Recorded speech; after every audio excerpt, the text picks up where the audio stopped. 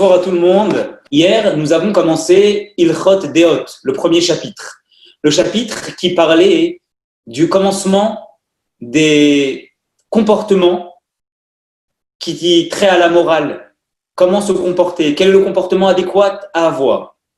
Et nous avons défini que de façon générale, le meilleur comportement à avoir n'est pas celui d'être dans l'extrême, quel qu'elle soit.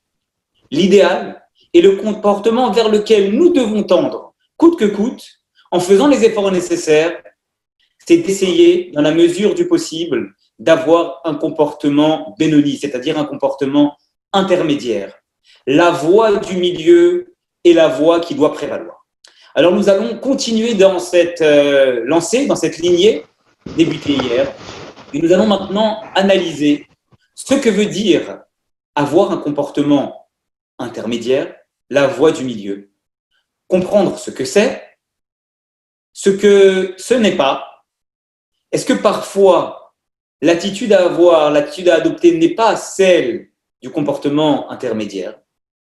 Puis petit à petit nous allons avancer et nous pencher sur une question primordiale, une question qui occupe nos esprits et que nous retrouvons dans bon nombre de situations de la vie.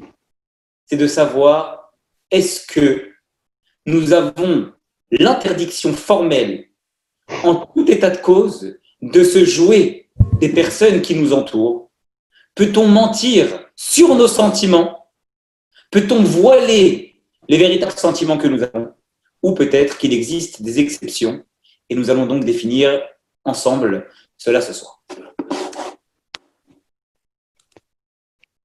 Première halakha. Maladie de l'âme et chemin pour s'en sortir. חולה הגוף תואמים אמר המתוק ומתוק מר. ויש מן החולים מי שמתאבב היטב למחלות שאינם ראויים לאכילה, כגון העפר והפחם ושונא המחלות הטובים כגון הפת והבשר, הכל לפי רוב החולים. כך בני אדם שנפשותיהם חולות, מתאבים ואוהבים הדעות הרעות ושונאים הדרך הטובה, ומתעצלים ללכת בה וכבדה עליהם ללמוד לפי כל ים. Je vous encourage, si vous n'arrivez pas à lire l'hébreu, ou même si vous préférez, de lire le français, puis évidemment dans le slide qui va suivre, on va expliquer cette loi. וכן ישעיהו אומר באנשים הללו, ישעיה הכף, הוי אומרים לרטוב ולטוב רע שמים חושך לאור ואור לחושך שמים. אמר למתוק ומתוק למר, ועליהם נאמר, עוז במוחות יושר ללכת בדרכי חושך, ומהי תקנת כל די הנפשות, ילכו אצל החכמים שאין רופא הנפשות, וירפו כל ים בדעות שמלמדים אותם עד שיחזירום לדרך הטובה. והמכירים בדעות הרעות שלהם, ואינם הולכים אצל החכמים לרפא אותם עליהם, אמר שלמה, חוכמה ומוסר, עבידים בזו. Maïmonide nous dit comme ça. Maïmonide, vous savez que c'était un grand scientifique. Hormis d'être un sage de la Torah hors pair, il maîtrisait bon nombre de sujets, en particulier à propos de la médecine. Il était médecin du sultan et des différents rois dans beaucoup de pays qu'il a fréquentés. Donc Maïmonide nous dit, et on peut le croire sur parole en tant que médecin avéré et réputé, que la maladie physique commence par une altération du goût. On le voit. Perte d'odorat, perte du goût, c'est un des symptômes qui revient et qui est très en vogue en ce moment avec le virus qui tourne. Eh bien, Maïmonide nous dit de la même façon que l'altération du goût est un symptôme de la maladie physique. À propos de la maladie de l'âme, il arrive parfois que le goût des véritables choses telles qu'elles doivent être entreprises soit altéré. Autrement dit, parfois, on a l'impression que nous sommes dans la bonne voie, dans le comportement adéquat, alors que pas du tout. On est en train de se tromper. Et pourquoi on a cette impression? Eh bien, de la même façon que dans une maladie physique, le goût est altéré et on perd le goût des choses. On en vient à confondre les goûts sans savoir quel est le bon goût et quel est le mauvais. C'est exactement la même chose à propos des maladies de l'âme. Parfois, lorsqu'on est malade de l'âme, eh bien, on en vient à perdre le sens de la bonne mida, du bon comportement, à ne plus réussir à différencier ce qu'est un bon comportement et ce qu'est un mauvais comportement. Quelle est la solution, nous dit Maïmonide? De la même façon que pour pour une maladie physique, on va voir un médecin qui va nous guérir, qui va analyser les symptômes, qui va poser un diagnostic et qui va nous aider à réussir, à guérir. De la même façon pour la maladie de l'âme, on va aller voir un chacham un sage qui va nous aider à nous en sortir. Et Maïmonide finit la loi en nous disant, il y a deux types de gravité. La première, c'est la personne qui sait au moins qu'elle est malade. Vous savez, le Yom Yom nous dit, le fait de savoir qu'on est malade, c'est déjà 50% de la guérison. Parce qu'il y a un autre type de maladie. C'est celle où on ne sait même pas qu'on est malade. À partir de là, il faut déjà entreprendre un travail pour savoir qu'on est malade. Et ensuite, on peut essayer de résoudre le problème. Si vous le voulez, on reviendra un peu plus longuement dans la séance de questions-réponses sur cette distinction entre savoir qu'on est malade et ne même pas le savoir. Deuxième loi. Soigner les maladies de l'âme. Mais qui c'est-à-dire il faut attendre Michou balchema omrim lo leanigatsmo sheimuka vekula lo yargish klal. Keler bederech zot man merube achita kerachem aminibo.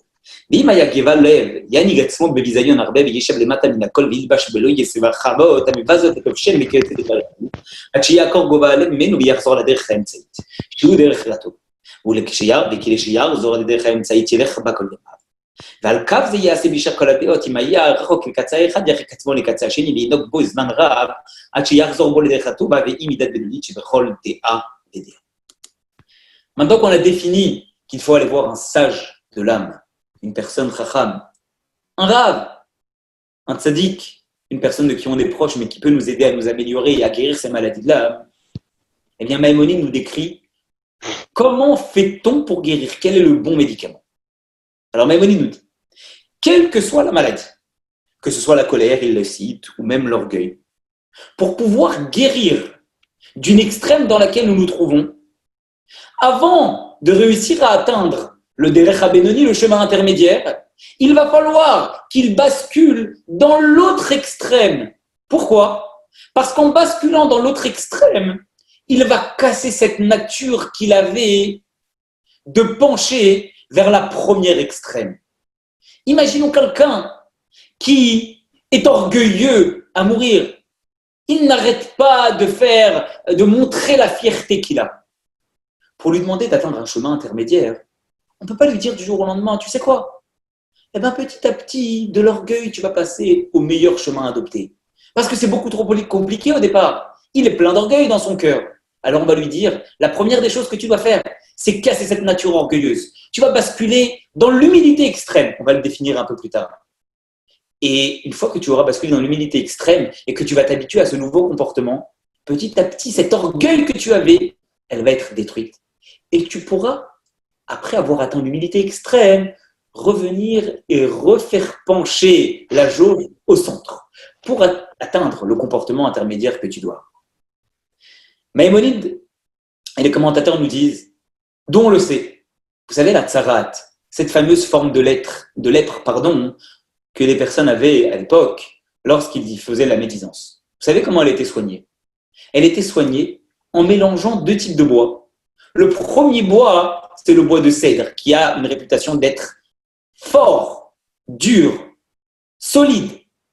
On le mélangeait avec une autre plante qui s'appelle le hésov, qui d'après les commentateurs, c'est le zaatar, c'est une épice.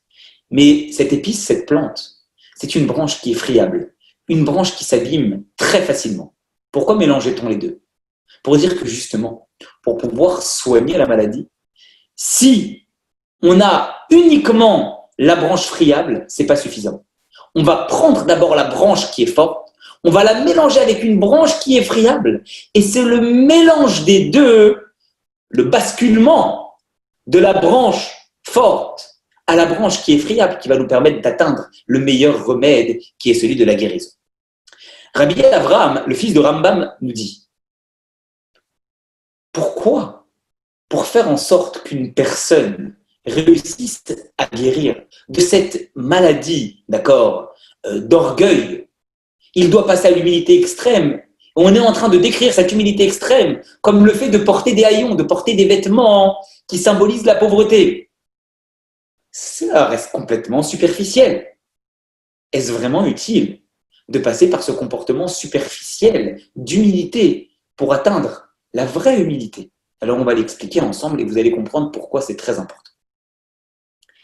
Et pour comprendre cela, il faut aussi se poser la question de ce qu'on peut appeler un comportement intermédiaire, d'accord, entre l'extrême de la colère, d'accord, et le fait de laisser tout passer. L'extrême de l'orgueil avec l'humilité extrême.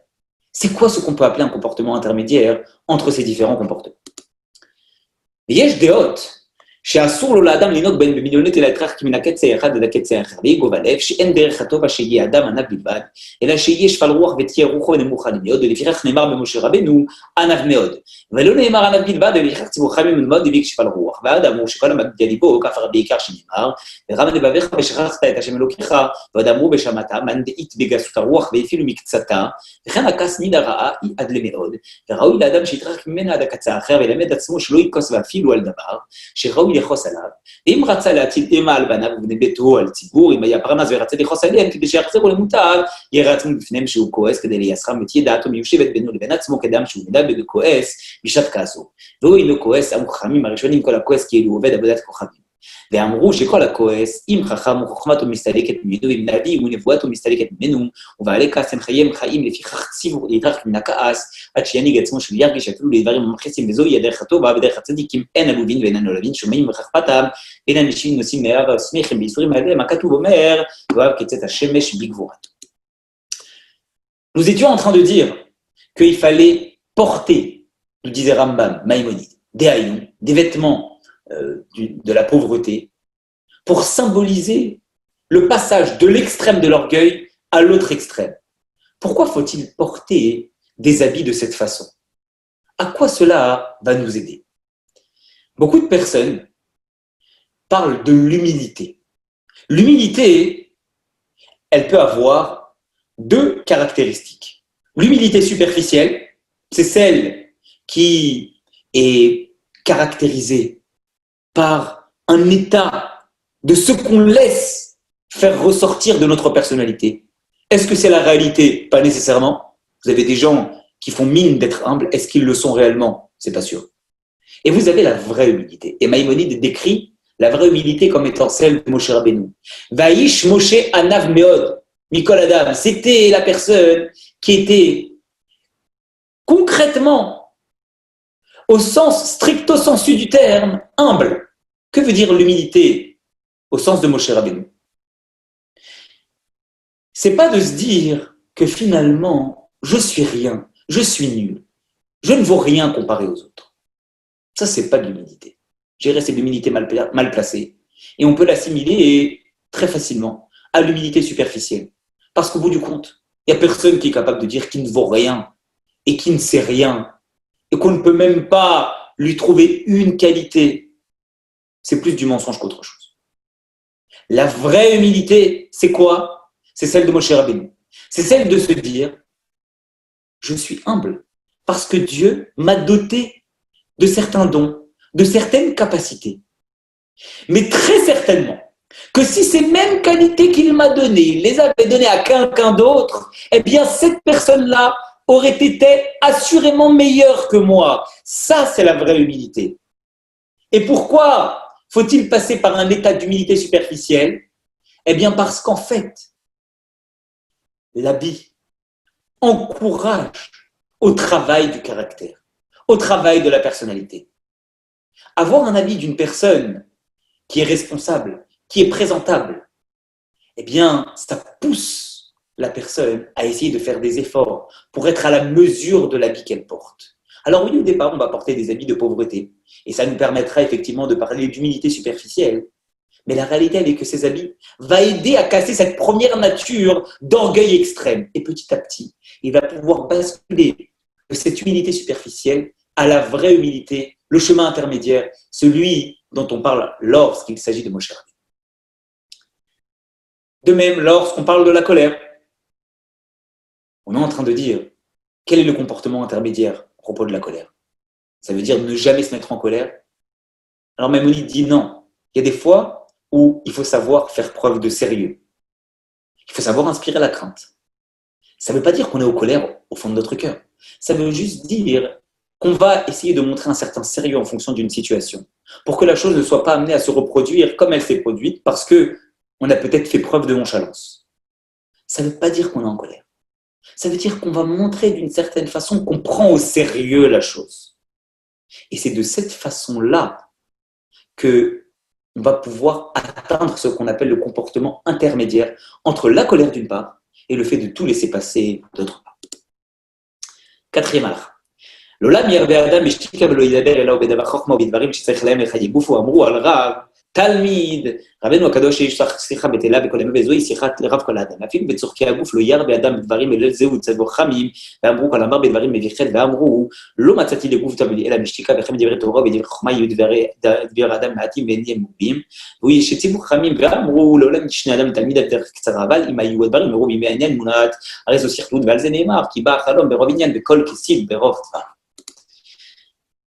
Vous savez, parfois, à vouloir trop parler, on finit par dire souvent des bêtises. Il faut savoir, avant tout, faire preuve de privilégier le silence. Parce que lorsqu'on parle trop, on peut très facilement arriver à la faute. Et si on doit choisir quels sont les sujets que nous devons aborder, nous dit Maïmonide, lorsqu'on parle, puisqu'il faut parler peu et parler bien, de quoi doit-on parler? Parlons de Torah. Parlons de la subsistance, dans la mesure de ce qu'elle va nous permettre de pouvoir apporter à notre famille pour qu'elle puisse subsister convenablement. Et également des besoins domestiques, des besoins, des choses à la maison, parce que ce sont des choses essentielles. Mais même dans ces sujets, nous dit Maïmonide, il faut savoir aller à l'essentiel. Pourquoi? Parce que des fois, à vouloir donner trop d'explications et vouloir parler, on en vient à perdre cet esprit de synthèse qui est tellement agréable à voir dans la Torah. Et parce que finalement, cet esprit de synthèse nous permet de retenir la ligne directrice qui nous permet de comprendre au mieux la chose que nous cherchons à expliquer. Halakha numéro 5. סייג לחוכמה שתיקה, לפיכך לא יימר להשיב ולא ירבה לדבר וללמד לתלמידים בישועה ונחת ולא צעקה ולא אריכות לשון, ושאמר שלמה, די לחכמים בנחת נשמעים. Il y a parfois des gens qui entendent une question et qui se précipitent pour répondre. L'intelligence n'est pas de donner tout de suite une réponse. Parfois, on n'a pas réponse à tout. Ça peut arriver. Il ne faut pas hésiter à dire « laissez-moi quelques temps, laissez-moi un petit moment pour que je puisse réfléchir ». C'est là la chorma, c'est ça l'intelligence. L'intelligence n'est pas de se précipiter, c'est de prendre le temps, tout d'abord, pour bien comprendre les tenants et les aboutissants de la question qui nous est posée. Et ensuite, donner une réponse qui va toucher la corde sensible, celle qui nous permet de trouver le point qui va aider à trouver la réponse adéquate à la question qui a été posée. De même, nous dit Maïmonide, lorsqu'on enseigne à des élèves, il ne faut pas enseigner avec excitation, avec rayout, avec vitalité, oui, parce que ça donne le corps, ça donne la force, et ça donne l'envie aux gens, cet attrait de pouvoir étudier, mais de façon posée, en posant les termes de ce que nous cherchons à expliquer, en présentant la chose en amont, en l'expliquant et en réussissant à conclure, pour que les gens puissent se faire une idée directe et bien centrée sur le sujet que nous sommes en train d'aborder. À propos de cela, à propos de ce devoir de maîtriser les paroles que nous sortons de notre bouche, Maïmonide enchaîne sur un sujet extrêmement vaste qui s'appelle Gnevat Da'at, qu'on traduit littéralement par le vol de connaissances. Et on l'a illustré de façon plus littéraire par ce jouet des personnes qui nous entourent. אסור לאדם להנהיג עצמו בדברי חלקות ופיתוי, ולא יהיה אחד בפה ואחד בלב, אלא תוכו כברו בעניין שבלב הוא הדבר שבפה, ואסור לגנוב דת הבריות, ואפילו דת אנוכי, כיצד לא ימכור אנוכי בשר נבלה במקום בשר שחוטה. ולא מנהל מתה במקום מנהל של שחוטה, ולא יסרב לחברו שהוא חלצו ויודע שאינו אוכל. ולא ירבה לו בתקרובת ולא ידע שניקה, ולא יפתח לו חביות שהוא צריך לפתחן למאוכן כדי לפת אותו בשביל שלכבודו. פתח וכן כל כיוצא בו, ואפילו מילה אחת של פיתוי של גנבת דעת אסורו, אלא שפת אמת ורוח נכון ולב טהור מכל עמל ואבות. Maïmonide nous dit il faut faire très attention que les sentiments que nous avons en nous puissent être extériorisés. Pourquoi? Parce que parfois, si on ne les extériorise pas et qu'on ne les partage pas avec son prochain, surtout lorsqu'il est concerné, cela peut être assimilé par une tromperie, un vol des réels sentiments que nous avons. Maïmonide nous dit comme ça. Il cite un certain nombre d'exemples. Et en fait, lorsqu'on analyse ces différents exemples, on se rend compte qu'il ne cite pas juste des exemples comme ça. C'est parce que chaque exemple nous permet de déterminer les caractéristiques d'un trait de ce qu'on appelle le vol de connaissances. Tout d'abord, Maïmonide nous dit Il n'y a pas de différence entre tromper un juif ou tromper un non-juif. C'est exactement la même chose. Si l'un est interdit, l'autre est également interdit. Ensuite, ce qu'il est important de savoir, c'est que d'après certains décisionnaires, comme le Ritba, c'est un interdit de la Torah que de se jouer des autres. Et cela fait partie de l'interdit Lotignovu, vous ne volerez pas. D'après Maïmonide, ce n'est pas un interdit de la Torah, mais c'est un interdit des sages. Comment le sait-on? Si c'était un interdit de la Torah et que cela faisait partie de l'interdit Lotignovu, vous ne volerez pas, Maïmonide aurait inclus les lois de se jouer des autres, de Gnevat Da'at, dans les lois de Gneva Uxela, les lois du vol en général, qu'on abordera bien plus tard. Si Maïmonide a décidé d'extraire le vol de connaissances et de le mettre à part dans les comportements, c'est qu'il considère que cela ne fait pas partie de l'interdit de l'otiknovu, vous ne volerez pas, et donc il considère que, comme la majorité des décisionnaires, du reste, c'est un interdit des sages. Dieu répugne qu'on se joue des autres, quel que soit le destinataire, que ce soit vis-à-vis d'un non-juif, en lui mentant, ou même en lui cachant une vérité. C'est aussi un vol de connaissances et on n'a pas le droit. Et vis-à-vis d'un juif, le tromper sur les sentiments, cela peut être via une parole, une idée qu'on a développée et on va essayer de le tromper sur ce qu'on pense réellement. Ou même via une onomatopée. Enfin, bravo! Est-ce qu'on le pense vraiment? Peut-être pas. Mais ça même peut être assimilé à ce qu'on appelle se jouer de la personne qui est en face. Ça peut être via une action où on sait déjà pertinemment qu'elle va être refusée, un cadeau qui va être refusé, mais qu'on propose quand même. Et la personne va penser qu'elle nous doit quelque chose puisqu'on a voulu lui offrir un cadeau. Eh bien non, c'est un vol de connaissance, c'est se jouer de la personne. Ou via une action qui sera acceptée, mais pour la mauvaise raison, comme par exemple ouvrir un tonneau de vin pour un invité. Il va penser qu'on a voulu l'honorer, alors qu'en fait, on a ouvert ce tonneau parce que juste après, on va vendre le vin. Et donc, il va penser qu'il nous est redevable, alors que ce n'est pas le cas. Tout ça, ça s'appelle se jouer des autres. Et c'est formellement interdit. L'Admour Azaken, on a presque fini. J'aimerais quand même vous citer ce que nous dit l'Admour Azaken, on pourra revenir dessus. Nous cite quelques exceptions pour nous dire de quelle façon il aurait été possible de penser qu'on se joue des autres, mais cela peut être permis. Dans le Shulchan Aruch Harav, il définit un certain nombre de conditions. Il nous dit premièrement, imaginons qu'on rencontre quelqu'un dans la rue et qu'il pense qu'on est sorti à sa rencontre. Est-ce qu'on a l'obligation de lui dire, tu sais, je ne suis pas sorti à ta rencontre, hein. J'ai juste passé mon chemin et on s'est rencontrés? Non. Pourquoi? Parce que c'est une rencontre fortuite, mais c'est quand même abusé que de penser que si vous rencontrez quelqu'un dans la rue, que cette personne elle est sortie uniquement pour vous rencontrer. Et donc dans ce cas-là, dans le cas d'une rencontre fortuite, on n'a pas besoin de dire à une personne, tu sais, je n'avais pas prévu de te rencontrer, on s'est rencontrés juste par hasard. Deuxièmement, et c'est très important, si on fait une chose sentimentalement dans l'intérêt, pour le bien, pour préserver ou pour honorer l'honneur de la personne en face, eh bien, il est possible de ne pas révéler la raison pour laquelle on le fait. Pourquoi? Parce que le sentiment initial, ce n'est pas un mauvais sentiment, c'est un bon sentiment. Ça part de quelque chose qui est positif. Et donc, dans ce cas, puisque l'intention, elle est positive, ce n'est pas ce qu'on peut appeler une réelle tromperie. Troisièmement, si la chose, elle est faite de façon usuelle dans le pays. Par exemple, on a l'habitude, vous savez, dans les compositions qu'on voit des différents aliments, il y a toujours, on va dire, 10% ou 5% en fonction des aliments qui n'apparaissent pas dans la composition, mais qui sont et qui font partie de l'aliment. Est-ce que pour autant cela s'appelle une tromperie? Non. Pourquoi? Parce que les règles établies dans le pays, elles acceptent jusqu'à un certain pourcentage d'une chose qui n'est pas mentionnée dans la composition. Du vin mélangé avec de l'eau, jusqu'à une certaine limite. Ça ne s'appelle pas un vol de connaissances si je ne dis pas à la personne, tu sais, il y a de l'eau dans ton vin. Pourquoi? Parce qu'effectivement, quand on fait du vin, il y a toujours une dose d'eau. Et donc, c'est habituel.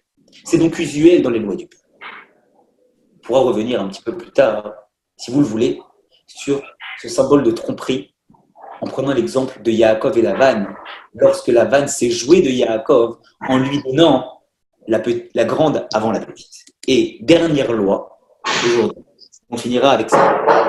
לא יהיה אדם בעל חוק מאיתנו ולא יצא ואיננו להשפיח, תעשו ראש, מתאים את האדם לערווה, והציבו שלא יהיה אדם פרוט בצחוק ולא יצא במיתה באל, אלא מקבל את כל האדם בסבר פנים יפות, ולכן לא יהיה בעל נפש רחבה ניבא לאון, ולא יצא בבתי ממלכה אלא בעל עין טובה, ממעט בעסק ועוסק בתורה ואותו המעט שהוא חלקו ישמח בו, ולא יהיה בעל קטטה ולא בעל קינה, ולא בעל תאווה ולא רודף אחר הכבוד ככה מוכרם עם הקינה והתאווה והכבוד ויוצאים את האדם מן העולם, כללו של דבר ילך במידה ולא ניס בכל דעה ודעה עד שיהיו כל דעותיו יכולות באמצעות והוא ששלמה אמר, פלס מעגל רגליך וכל דרך היקונו.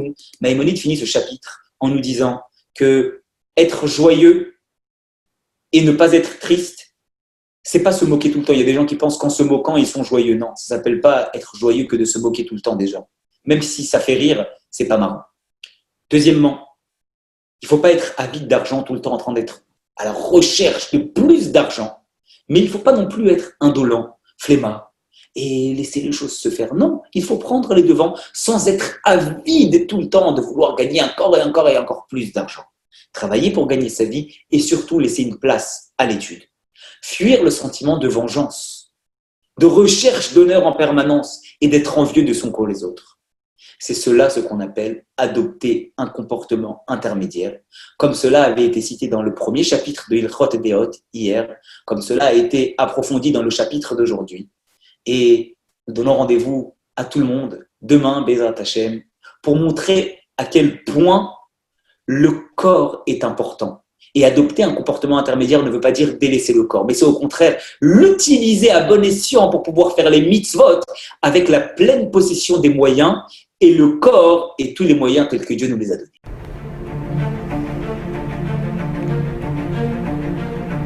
Et si connaître toute la Torah était possible, plongez-vous dans les joyaux de la Torah.